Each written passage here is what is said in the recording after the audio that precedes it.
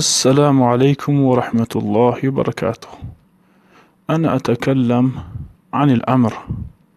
وانظروا إلى الشاشة. استاد میگوید که انا اتکلم، من سخن میگویم. عن الامر گفته از امر.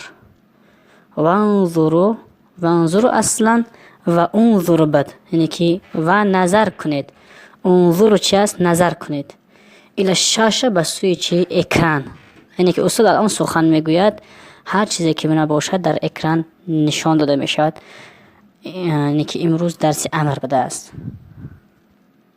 صيغه امر 6 تا هست. 3 تا برای مردانگی هست، 3 تا برای زنانگی که در اکران نشان داده شده است.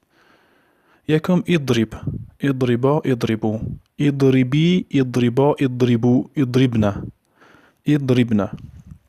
یعنی که اضرب به معنای بزن، تو یک مرد. یعنی که بزن تو یک مرد. صیغه امر هست. این یک تا مردانگی دلالت میکند. اینا بعضی وقت امر بیلامش هم میگن، با امر حاضرش هم میگن. ایره امر بیلام که امر حاضر، یعنی که حاضر در پیش است. امر بیلام که لام ندارد، لیضرب ندارد، اضرب است فقط. اضرب بزن تو مرد. اضربا بزنید شما چی؟ دو مردان. اضربو بزنید شما چی؟ همه مردان. اضربی بزن تو زن. خطاب به سوی زن کردستی، یای تانیس آمده است. اضربی بزن تو زن، صیغه واحدی مؤنثی چی؟ فعل امری حاضر. اضربا بزنید شما دو زنان.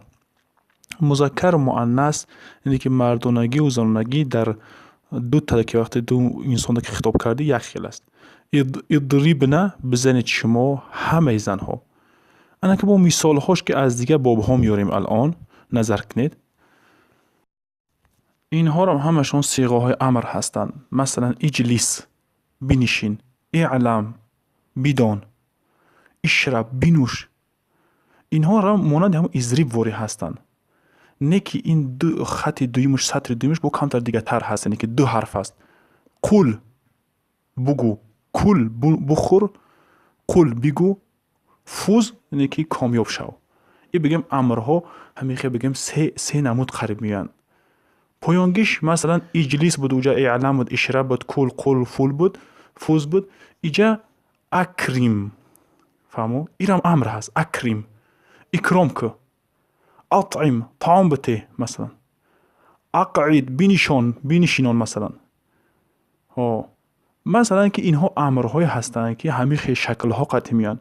که غالبا با شکل همون که اضرب و اجلس و اعلم و اشرب اینها زیادتر میان، مثلا استفاده میخورن. وقتی که شما صیغه امر که در جایی که شناختین از خود کردین، انشالله فهمیدنش قین نیست است. الان ما انشالله امر از چی کلمه میسازن او را میگیم. برادر در اینجا خلاص که این گراماتیک عربی هر کسی که یاد گرفت انشاءالله به مشکل عربی را گپ میزند. اگر که در ذهنتان باشه، ما درس ششم پنجم ده گفته گذشتگی هستیم که عرب از هر یک چیز 12 چیز پیدا میکند گفته. او را هم نظر کنین. انشاءالله حاضر ما طرز امر ساختن ای فعل مضارع میسازن. امر فعل مضارع مخاطب حاضر نشان میدم انشاءالله. دیگه شما کدام فعل را که فعل مضارع شدین، کدام کلمه را فعل مضارع که گفتین، از او امر خودتان پیدا کرده رفتن میگیرین انشاءالله. ساختن امر مثلا که تضربو هست، مخاطب فعل مضارع. همون را میگیریم یکم، آخرش همون زمش نیست میکنیم.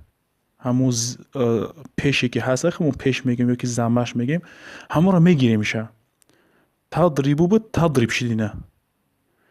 با همون تای مضارعت هم میگیریم، حرف تاش هم میگیریم. با نیا کنید که خوانده نمیشه دیگه. ضریب شید. ضریب گفته بگیم که ضاد حرکت ندارد، بیرم حرکت نداره، حرفی بارم. باید چی کنیم که انم ری را نظر میکنیم حرف را کی هست، عین کلمه است، مبین کلمه هست. نظر میکنیم کسره کی باشه در اولش کسره میاریم، زیر میاریم، زیر باشه زیر میاریم، پیش باشه پیش میاریم، فرق نداره. نیکی زمه نیا کنید که را چی دارد؟ زیر داشته است. در اولش یک تا مثلا که الف بگیم زیردار میریم، کسردار میریم، الفی موصوله مکسورش میاریم. اضرب شید. طرز ساختنش است.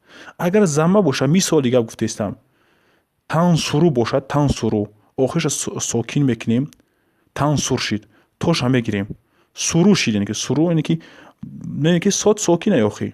در این حالت چی میکنیم؟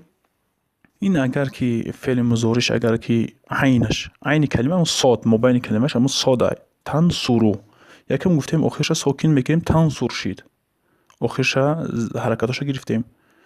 با تا را میگیریم، گفتیم تا را گرفتیم چی؟ نصر شید. یعنی که حرکت نداره، خونده نمیشود. وقتی خونده که نشید، این طرز ساختن امر است. نه این گراماتیک هم همین خیلی میفهموند که همین خیلی ساخته میشه.